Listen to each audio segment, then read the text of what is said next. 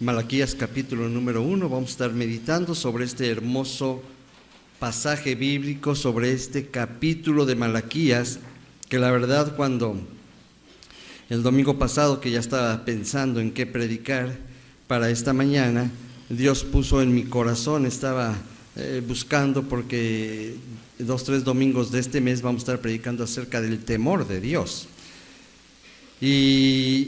Y me acordé de este hermoso pasaje de Malaquías 1, donde en pocas palabras podemos decir que el pueblo tenía apatía para con Dios, el pueblo despreciaba a Dios, el pueblo no consecuentaba nada en relación a Dios. Por eso la primera pregunta es, ¿usted desprecia a Dios? Levante la mano todos los que desprecian a Dios. Todos los que sienten apatía por Dios. A ver, levante la mano todos los que están enojados con Dios. ¿Seguro que no desprecian a Dios? ¿Seguros? Después de la prédica voy a volver a preguntar. Porque quizá usted dice, no, yo nunca lo he despreciado. Pero cuando voy al capítulo 1 y veo que sí despreciamos a Dios, entonces cuando somos confrontados. Así que en esta mañana vamos a estar meditando sobre este hermosísimo pasaje que es duro, pero al mismo tiempo es un pasaje de esperanza y de aliento para la vida del cristiano. Haciendo un poquito de historia, bueno, ya el Señor en su amor y su misericordia había permitido que el pueblo de Judá regresara a Jerusalén. Como ustedes recuerdan, estuvo muchos años, ¿verdad?, esclavizado en Babilonia, pero el Señor les dio la gran bendición de regresar a ese pequeño remanente. Una vez que llegaron, se reconstruyó el templo. ¡Qué bueno! Fue lo mejor que pudieron haber hecho. Se restituyó el culto al Señor.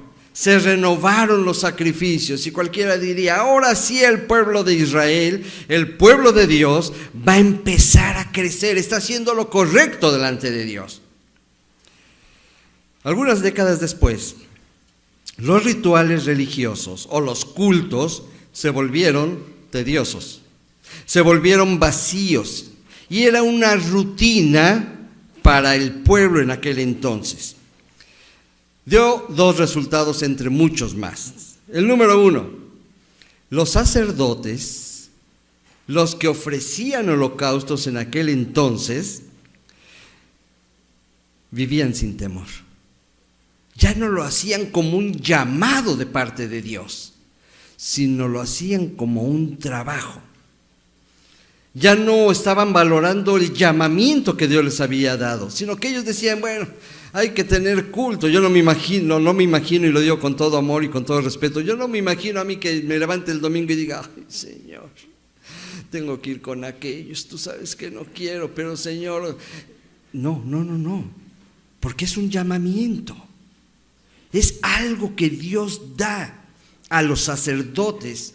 Y déjeme recordarle que usted y yo somos sacerdotes, y Dios nos ha llamado para poder ministrar, para poder alabar. Bueno, pero los sacerdotes se convirtieron en varones ya sin temor de Dios y sin amor para con Dios. Obviamente, cuando no tenemos amor para con Dios, no tenemos temor de Dios. Hoy cuando vemos todo lo que está sucediendo en nuestro país y en muchas ciudades, una de las frases más recurrentes es que la gente ya no tiene temor de Dios. Y yo digo, es que la gente nunca ha tenido temor de Dios. Ni aún los mismos cristianos muchas veces tenemos temor de Dios. Actuamos y vivimos como si Dios no existiera. Y era el caso del pueblo en aquel entonces, dando como resultado, ¿verdad?, que se hundieron en un profundo mar de pecados. Empezó a decaer la sociedad. Se habían apartado, su estilo de vida era totalmente contrario a lo que Dios estaba demandando. Claro, lo que es más triste es que Dios sigue demandando, y esa no es la razón de la tristeza, sino que no estamos nosotros respondiendo de una manera correcta a vivir un nuevo estilo de vida. Cualquiera diría, bueno, pues los sacerdotes tuvieron la culpa, ellos fueron los que provocaron todo esto. Pues sí, hubo consecuencias, pero lo más triste es que se arrastraron al pueblo con ellos. Por eso mi gran interés y mi gran preocupación del liderazgo de nuestra iglesia, que debemos de vivir vidas transparentes, vidas que en verdad glorifiquen el nombre de Dios, para que no seamos piedra de tropiezo y nos arrastremos con nosotros no sé a cuánta gente. Esa era la situación de los sacerdotes en aquel entonces. Claro que esta actitud, número uno, hería el corazón de Dios. Y cuando una persona no tiene temor de Dios, no le importa herir el corazón de Dios. Los hijos que no aman a sus padres hacen lo que quieren, no les importa lastimar a sus papás. El esposo que no ama a la esposa y anda en cosas que no agradan a Dios y denigran a la esposa o al esposo, no tiene temor de Dios, porque no le conoce, porque no tiene una relación con Él. Su estilo de vida era totalmente opuesta a lo que Dios había demandado de ellos. Se habían apartado de Dios. En pocas palabras, ¿verdad? Le habían dicho: Dios, no te metas en nuestra vida, estamos bien así. Por favor, no intervengas. Yo no sé si usted alguna vez le ha dicho así a Dios: no te metas en mi vida. ¿Alguien le ha dicho así a Dios? Seguramente. Y no lo hemos hecho con palabras, sino con actitudes. Cuando hay alguna necesidad y me niego a atender esa necesidad que Dios me demanda, ¿qué estoy haciendo? Estoy despreciando a Dios, lo estoy rechazando. Cuando alguno de nosotros prende el internet y aparecen páginas que son sucias, bueno, tantito. ¿Cuál es el problema? Estoy despreciando, estoy rechazando a mi Dios. Y por cierto que este es uno de los graves problemas hoy en día. Uno de los graves problemas o resultados que dio en aquel entonces es que las familias fueron destruidas. En el capítulo 2 de aquí de Malaquías, Dios le dice al pueblo: es que has despreciado a la compañera de tu juventud, la has hecho a un lado. Y creo que uno de los graves problemas hoy en día es la lujuria, la lascivia. El jueves tuvimos la enorme bendición de un buen número de hermanos de aquí de la iglesia, fuimos más de 50 al cine y fuimos a ver esa película El corazón del hombre. Yo no pude avisarles a todos, hermanos, porque fue algo que teníamos que aprovechar en ese momento, y fuimos más de 50 de aquí de la iglesia, y la verdad que es una serie de testimonios que no hablan de otra cosa más que de sexo, de abuso sexual en los niños, de lesbianismo, de infidelidades, pero ahí vemos cómo el diablo es astuto para poder atraer, y este fue uno de los problemas del pueblo en aquel entonces. Yo estaba leyendo para qué es, porque llegaron unos amados hermanos un poquito más tarde, ¿verdad? Ya no alcanzaron boletos y era la última función. Pero bueno, no lo tomen como un comercial, pero ahí me gustaría que alquiláramos la sala, podemos hacerlo, y que nos pasen la película, pero necesitamos cierto número de personas. Yo no sé ni cuántas personas caben en esas salas, ¿verdad? No tengo ni idea, 100, 150. Podemos hacerlo, para que nos demos cuenta cuál es la realidad. Uno de los casos, todos los casos son verdaderamente tristes y nos hacen reflexionar, pero uno de los casos más tristes que aparece ahí es la de un siervo de Dios que cayó en infidelidad. Y uno pregunta: ¿cómo es posible? Sí, cuando desprecias a Dios, cuando lo rechazas, cuando no valoras lo que Dios está haciendo. Y era el caso del pueblo de Israel. Ellos no valoraron lo que Dios había hecho en sus vidas. En pocas palabras le dijeron: ¿sabes qué, Dios? Ya el culto se ha vuelto rutinario. Quizás el pensamiento de algunos de ustedes, ¿verdad? Cuando viene al culto el domingo: el pastor siempre predica, los cantos. ¿Sabes qué?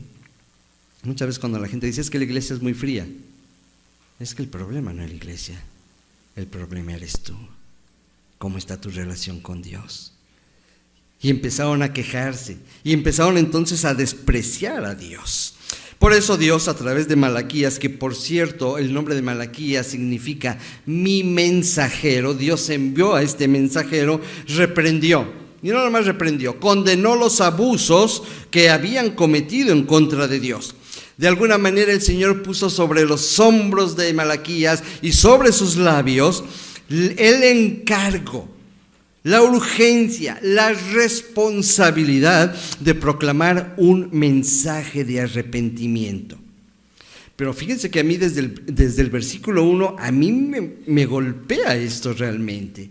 Desde el primer versículo de este capítulo es como un golpe al hígado. Yo no sé cuántos han recibido un golpe en el estómago que nos saca el aire y nos deja tirados. ¿Sí lo han experimentado? Sí, ¿verdad? ¿Cómo nos quedamos? ¿Qué te pasó? No podemos ni contestar. Muchas veces así es la palabra de Dios. Pero son golpes que nosotros mismos nos provocamos. A ver, lean conmigo el verso número 1. ¿Cómo dice?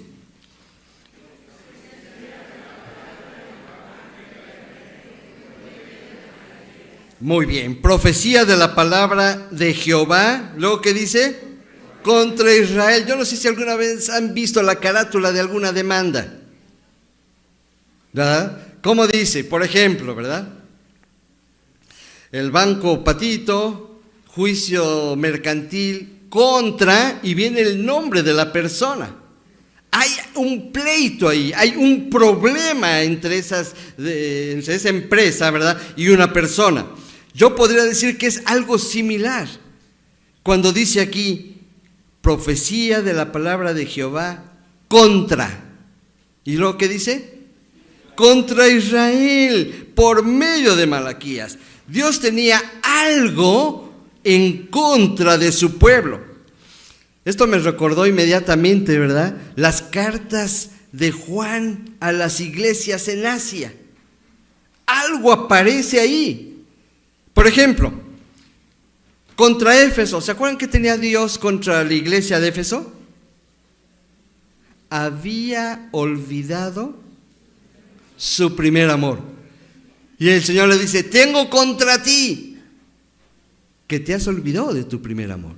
Contra la iglesia de Pérgamo, ¿qué tenía en contra de esa iglesia el Señor? Bueno, 3 cosas, unas linduras los hermanos. Tenían una mala doctrina, tenían idolatría y habían caído en fornicación. Otra iglesia también, la iglesia de Tiatira, una falsa profetisa. ¿Se acuerdan cómo se llamaba esta mujer? Fornicación también y culto a los ídolos. Pero fíjense que aquí lo que me impacta es que dice, tengo contra. Ahora yo preguntaría, ¿tendrá algo nuestro Dios en contra de nuestra iglesia? Ok, algunos dijeron que sí, pero voy más allá. ¿Tendrá Dios algo en contra de ti? Seguramente que sí. Algo que no le agrada, algo que no permite que yo tenga una relación clara, una relación hermosa con mi Dios. En la contabilidad, ¿verdad? Hay una hoja de cargos.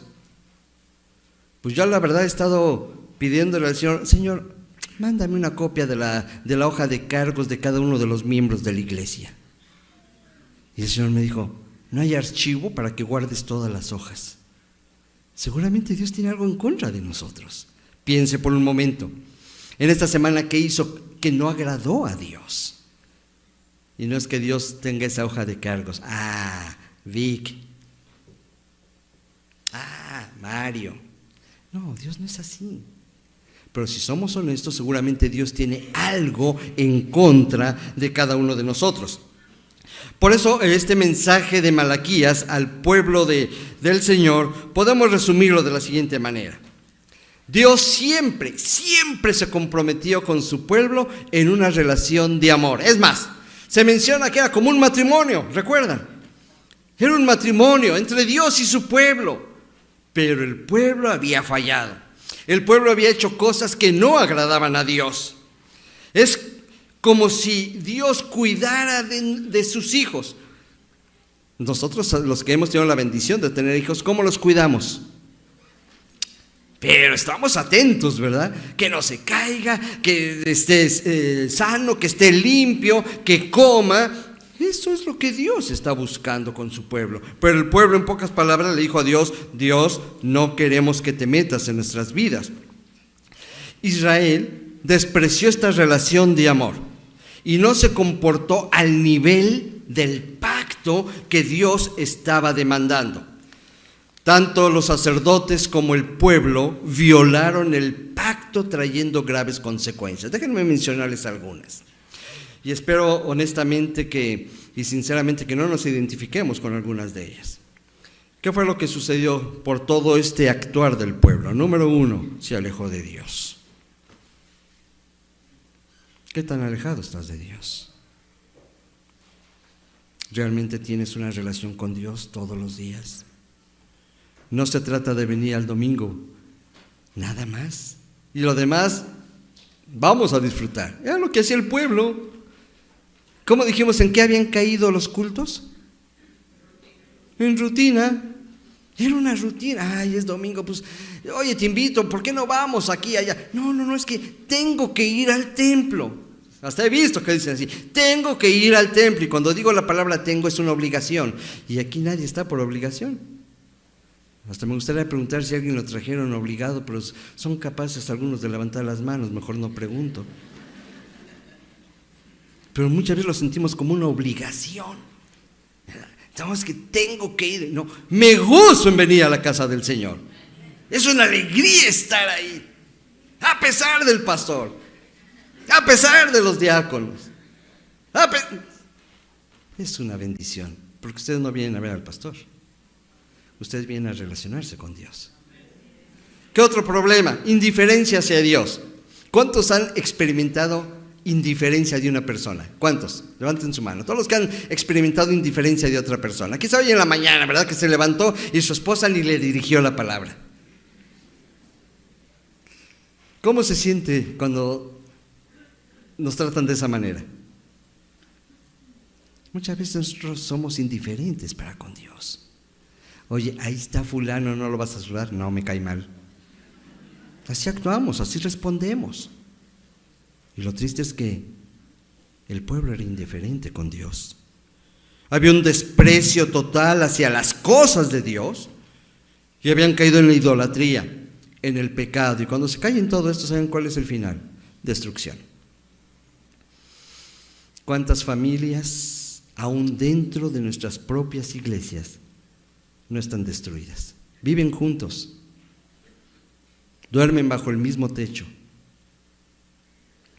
pero no hay amor, no hay comunión, no hay comunicación. El pueblo reaccionó de esta manera para con Dios. Por eso, la gran urgencia de transmitir el mensaje de Dios basado en dos cosas. Número 1, en el amor de Dios. Esto es lo hermoso.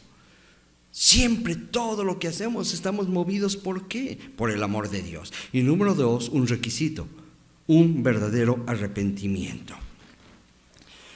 Las acciones de los sacerdotes. ¿Qué hacían los sacerdotes? A lo mejor también se identifican aquí. Número 1, tomaban el nombre de Dios en vano. ¿Y cuál es la instrucción bíblica? No tomarás. Y muchas veces nosotros lo tomamos en vano.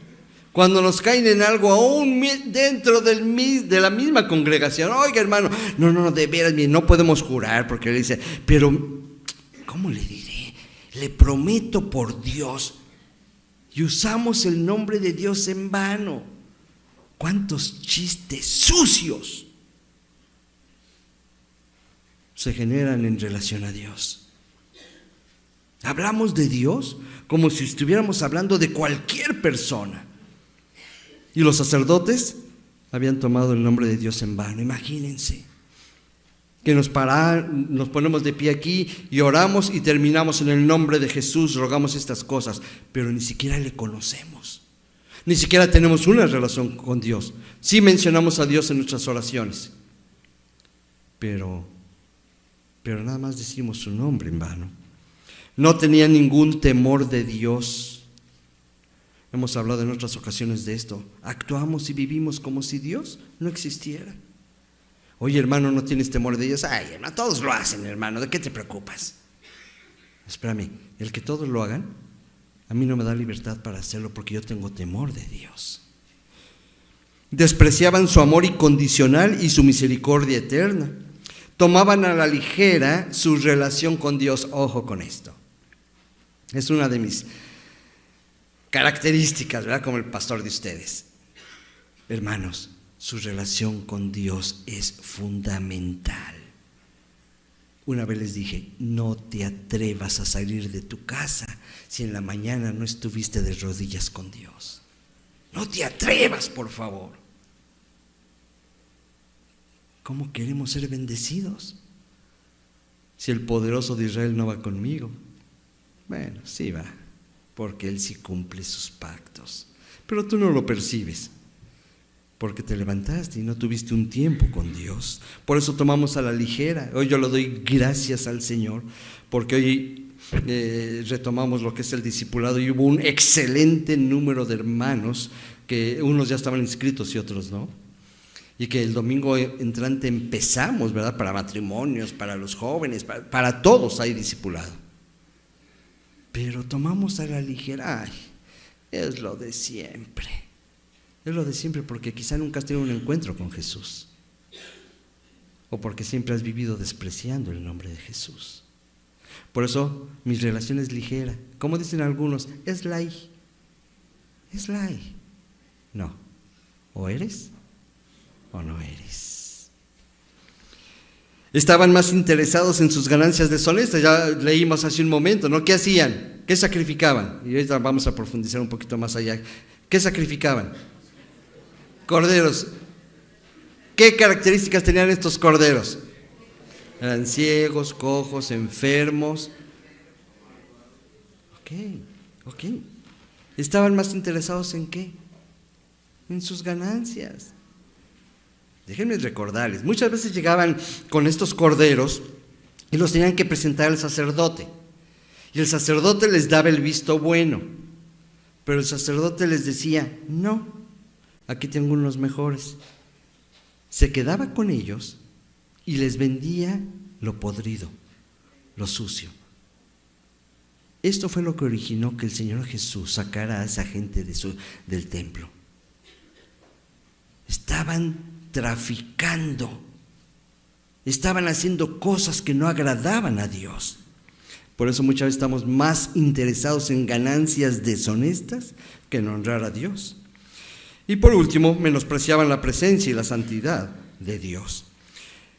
El mensaje de Isaías está alrededor de 7 preguntas que se presentan a lo largo de este libro.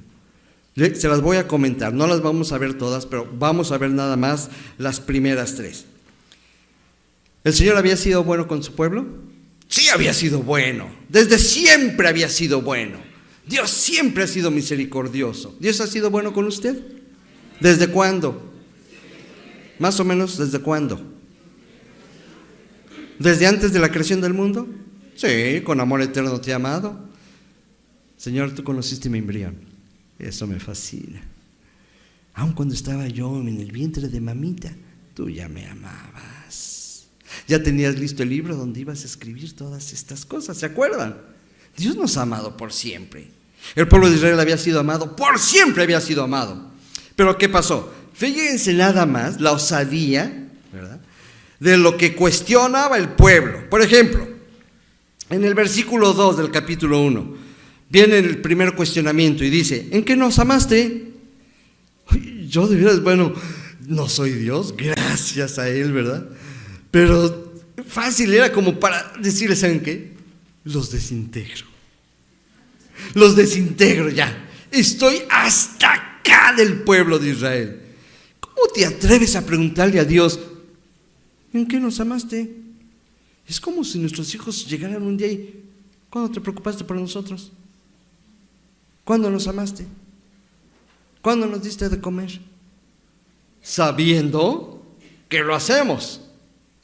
Ese fue el primer cuestionamiento. En Malaquías 1:6 dice, ¿en qué hemos menospreciado tu nombre? Fíjense estos santos de veras. ¿En qué hemos menospreciado? Por favor, Dios, no es para que te pongas así.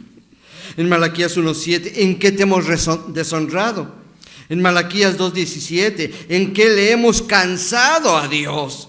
En Malaquías 3:7, ¿en qué hemos de volvernos? ¿Para qué volver a Dios? En Malaquías 3:8, ¿se acuerdan de ese? Ustedes me habéis robado.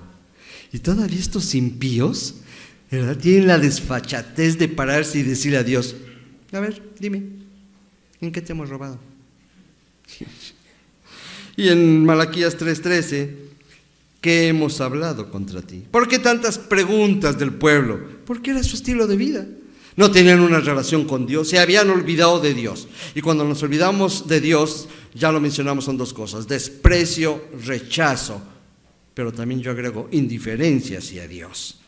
Pero Dios inicia esta relación, renueva esta relación en el verso número 2. Léanlo conmigo. ¿Cómo dice?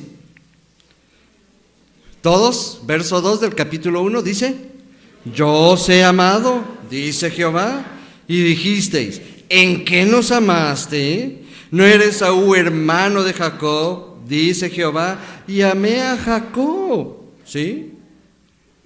Dios no tiene diferencias. Nosotros como hijos de Dios las hacemos. ¿Cómo actuó Esaú y cómo actuó Jacob? Y dice: yo los amo. Está diciendo en otras palabras: porque amé a su antepasado. El primer antepasado, ¿cuál fue? Desde Adán, y después por Noé, y después por Abraham, al tal grado que Dios había hecho un pacto con Abraham.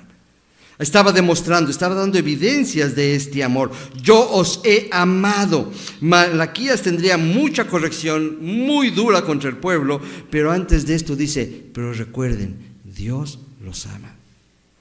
Hemos hablado que muchas de las cosas que nosotros padecemos no son pruebas, sino son consecuencias. ¿Sí nos ha quedado claro eso?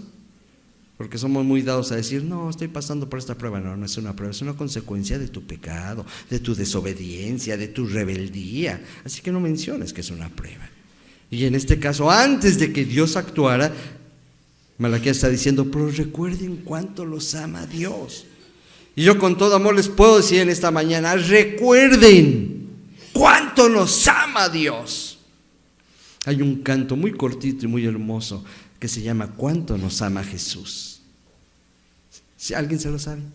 ¿Cuánto nos ama Jesús? Luego dice: su vida dio y murió por mí. Y repite: ¿cuánto nos ama Jesús?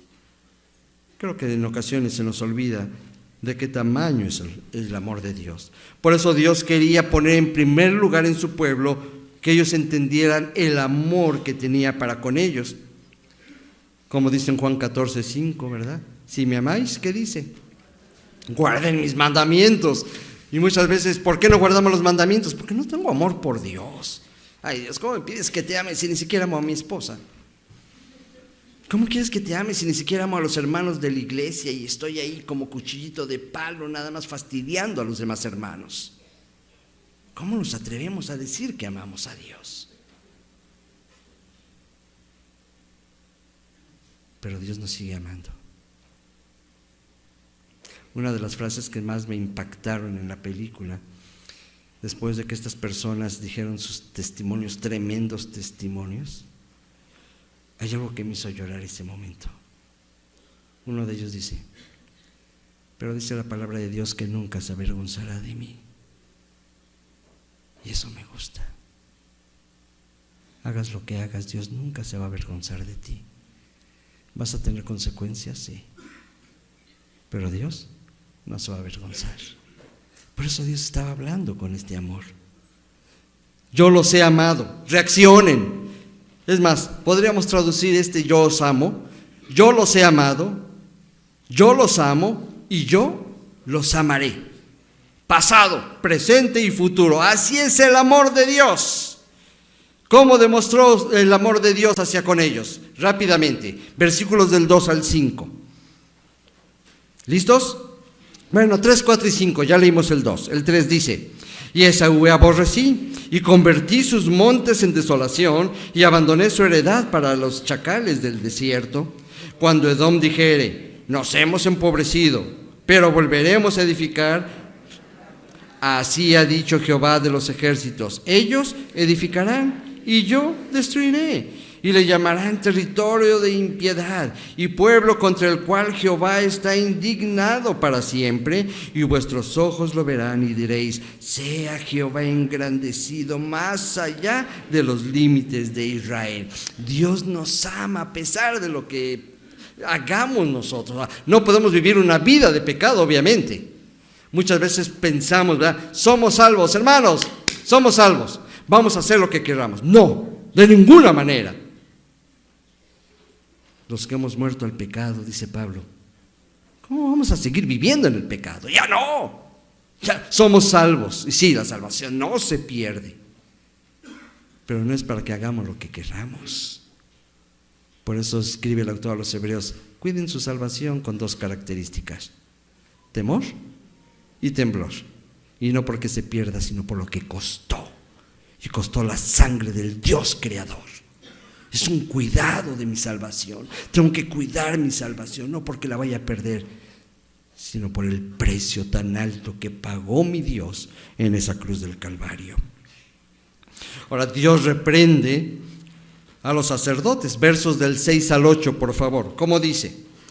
El hijo honra al padre y el siervo a su señor. Si pues soy yo padre, ¿dónde está mi honra? Y si soy señor, ¿dónde está mi temor? Dice Jehová de los ejércitos: a vosotros, oh sacerdotes, que menospreciáis mi nombre y decís: ¿en qué hemos menospreciado tu nombre? Ahí está la pregunta, y el Señor ya les estaba contestando. Verso número 7: el que ofrecéis sobre mi altar pan inmundo, y dijisteis: ¿en qué te hemos deshonrado? ¿En qué pensáis en que la mesa de Jehová es despreciable? Y cuando ofrecéis el animal ciego para el sacrificio, ¿no es malo? Asimismo, cuando ofrecéis el cojo o el enfermo, ¿no es malo? Preséntalo pues a tu príncipe. ¿Acaso se agradará de ti o le serás acepto? Dice Jehová de los ejércitos. ¿En qué hemos despreciado tu nombre? ¿En qué te hemos deshonrado? Realmente este pueblo no tenía vergüenza, mis amados hermanos.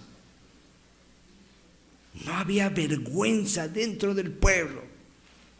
Yo digo que nosotros, como hijos de Dios, debemos de tener vergüenza y poder contestar a esto. La segunda pregunta: ¿menospreciamos a Dios? La tercera: ¿hemos deshonrado? ¿Dónde está mi honra?, reclama el Señor. Pregunta a los sacerdotes. Ya no había respeto para Dios. Ya la lealtad se había perdido por completo. Dice: si ustedes me llaman Padre, si ustedes me llaman Señor. Y podemos regresar, ¿verdad?, a los tiempos antiguos, por decirlo de alguna manera. Y hemos hablado en relación a esto, con nuestros padres, ¿cómo nos comportábamos? Los que son más o menos de mi generación y más grandes. ¿Cómo nos comportábamos con nuestros padres? Hemos hablado, ¿verdad?, que con la pura mirada yo ya me sentía acusado, juzgado y sentenciado. Ya sabía que llegando a casa iba a dormir bien calientito. No podía ni siquiera levantar la mirada. Así era. Y ahora Dios dice: ¿y por qué ustedes me tratan peor que si fuéramos iguales? ¿Dónde está mi honra? ¿Dónde está ese aprecio que tienen por mí? Oh sacerdotes, menospreciáis mi nombre. ¿Por qué? Había dos cosas. ¿Qué es lo que habían presentado en la mesa del altar? Pan inmundo.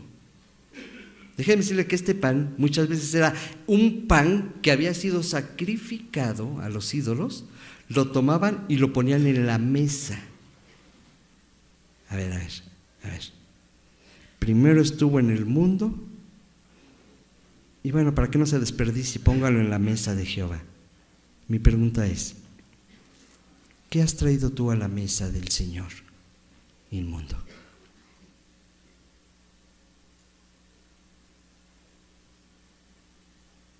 Cuando fue el huracán allá en Mérida, que les he predicado que nos tocó vivir el huracán, tiempo después un amado hermano y amigo me envió un tráiler con muchos víveres para repartirlos. Iba mucha ropa. Los víveres, una bendición. la ropa, la agarramos y la quemamos. Muchas veces la gente da lo que ya no le sirve, lo que huele mal. Y creo que como cristianos muchas veces hemos hecho esto, mis amados hermanos. No le damos a Dios lo mejor de nosotros. Le damos las sobras, lo que ya nos sirve, lo que huele mal. ¿Cómo nos atrevemos a poner en la mesa de Dios aquello que apesta? Cuando lo que Él dio fue su vida. Tengo que estar al nivel de Él. ¿Qué dice de los animales? Características: algunos estaban ciegos, cojos, enfermos, a punto de morir. Ya, pues llévate ya se va a morir. ¿Para qué gastas en uno que está bueno? ¿Cuál había sido la instrucción de Dios? ¿Qué características debería de tener ahí en Números? El cordero que debía ser sacrificado. Nada más, esa es la palabra. Perfecto. Perfecto. A ver, cada domingo que tú vienes, ¿qué le traes a Dios? Y yo no estoy hablando de dinero. ¿Qué le traes a Dios? ¿Una vida que se contaminó durante la semana? ¿Unos labios que chismearon? ¿Un corazón que no está conforme al corazón de Dios? Ahorita podemos nosotros de alguna manera juzgar a este pueblo. ¿Cómo es posible que le hayan entregado lo peor a Dios? Aquí la pregunta es: ¿qué le estás entregando tú a Dios? ¿Lo cojo? ¿Lo ciego? ¿Lo sucio? ¿Lo roto? Dios puede recibir vidas rotas y las restaura, pero esa es otra actitud. Pero en ocasiones traemos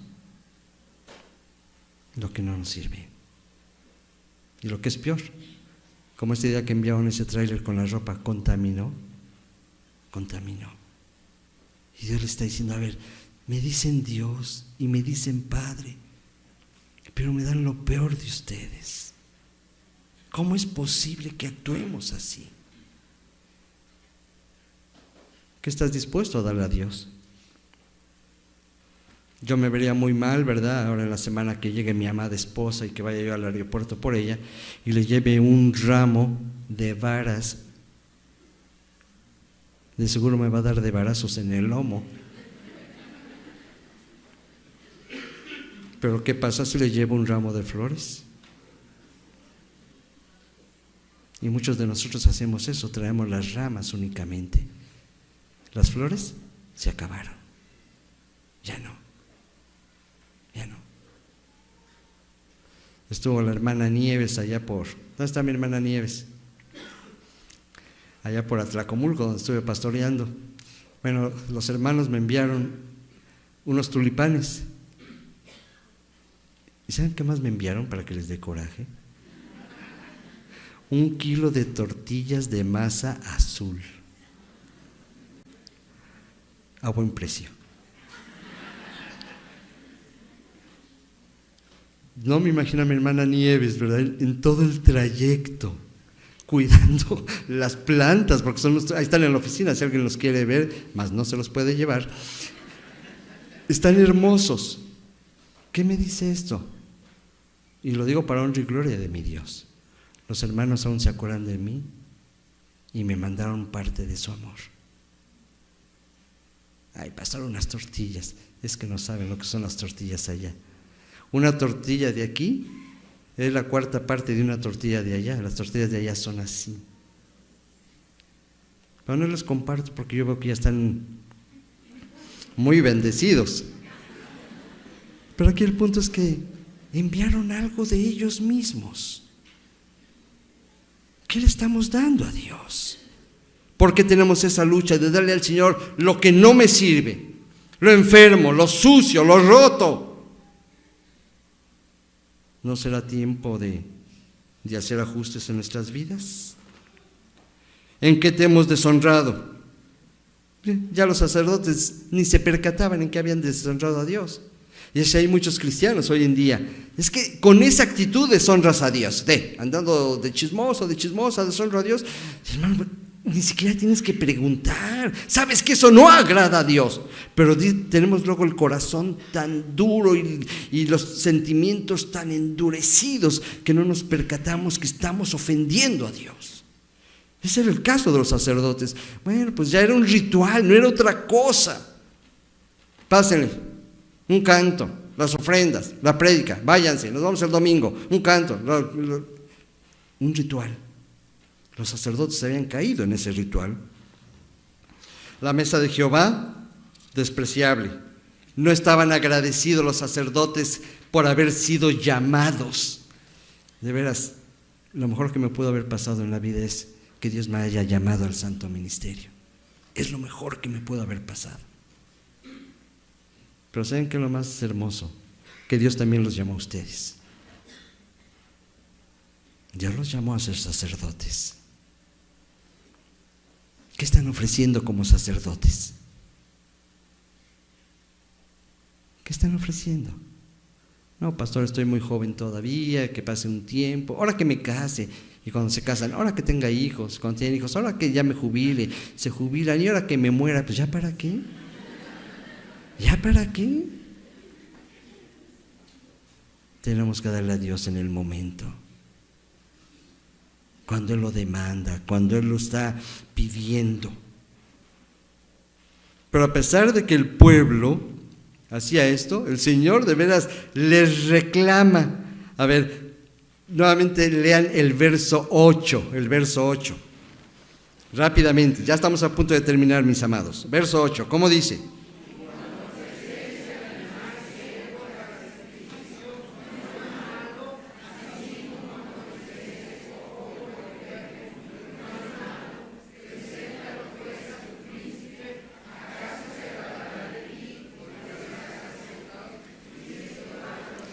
Estamos más interesados en agradar a las personas que a Dios.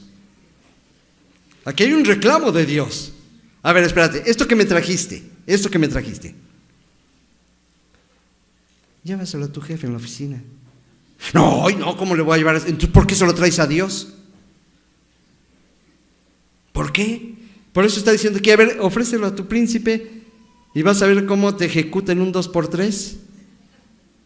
Sabemos. Y aún así nos resistimos a darle lo mejor al maestro. Y estamos en esa lucha diaria, y ahora sí, y esta semana, y no, pero mejor no. Qué triste. Por eso vivimos vidas tristes y sin fruto, porque estamos viviendo una vida llena de rituales, y es tiempo de romper con todo eso. Es más, el rey David tenía un corazón completamente diferente.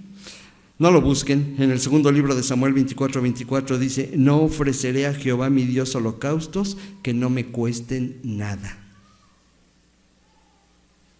Nuevamente, no estoy hablando ahorita de esto. ¿Te cuesta perdonar? Ese sería un holocausto para Dios.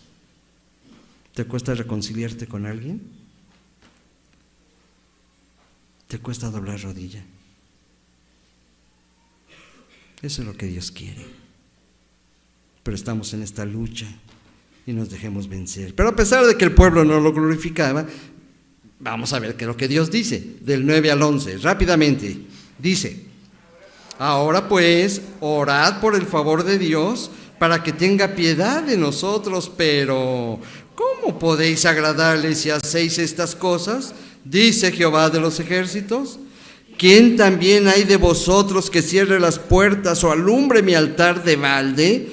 Yo no tengo complacencia en vosotros, dice Jehová de los ejércitos, ni de vuestra mano aceptaré ofrenda.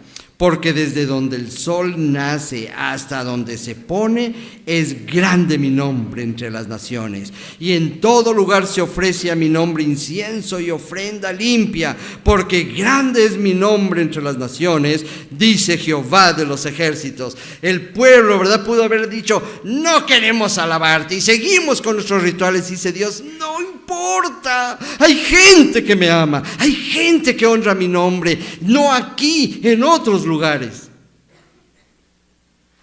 Nuestra iglesia honra a Dios. Yo sé que hay muchas congregaciones que en este preciso momento están honrando el nombre de Dios. Así que a Dios no le preocupa. Pero hay algo aquí bien duro. Repitan el verso número 10, por favor. ¿Cómo dice?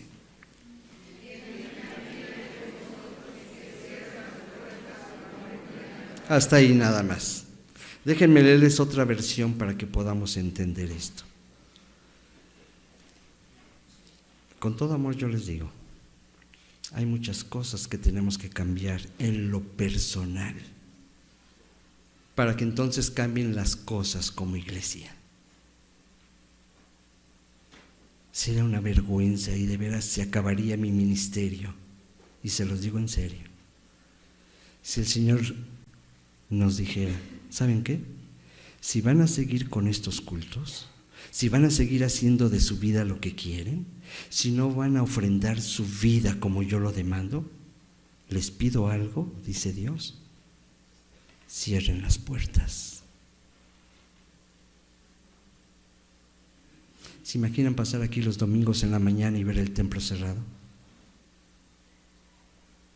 No, pues la culpa fue del pastor, la culpa fue de los diáconos. No. Todos tenemos responsabilidad. Dice esta versión, es la Reina Valera del 77, está un poco... Cesad de ser hipócritas. Sería mejor cerrar las puertas del templo que continuar profanando de esa manera el altar de Dios.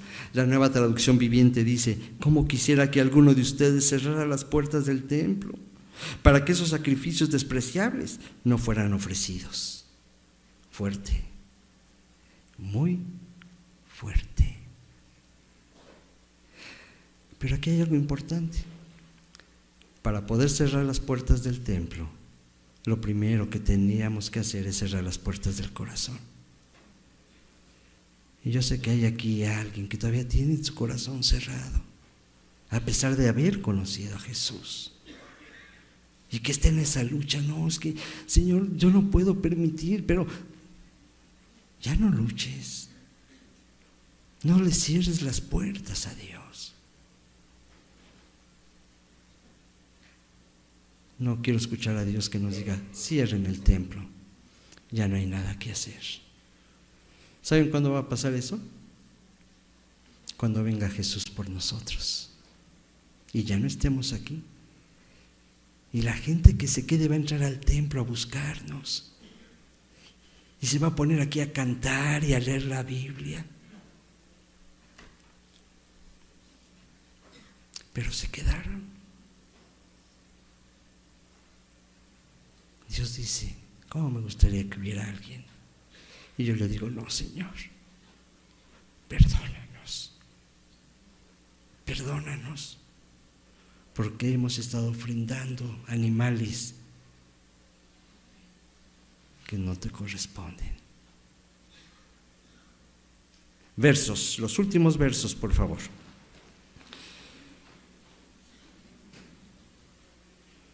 Leímos hasta el verso 11.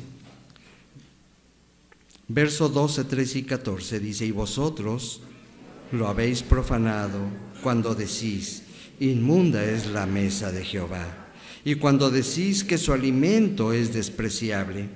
Además dicho, oh, qué fastidio es esto, y me despreciáis, dice Jehová de los ejércitos, y trajiste lo hurtado, o cojo, o enfermo, y presentasteis ofrenda.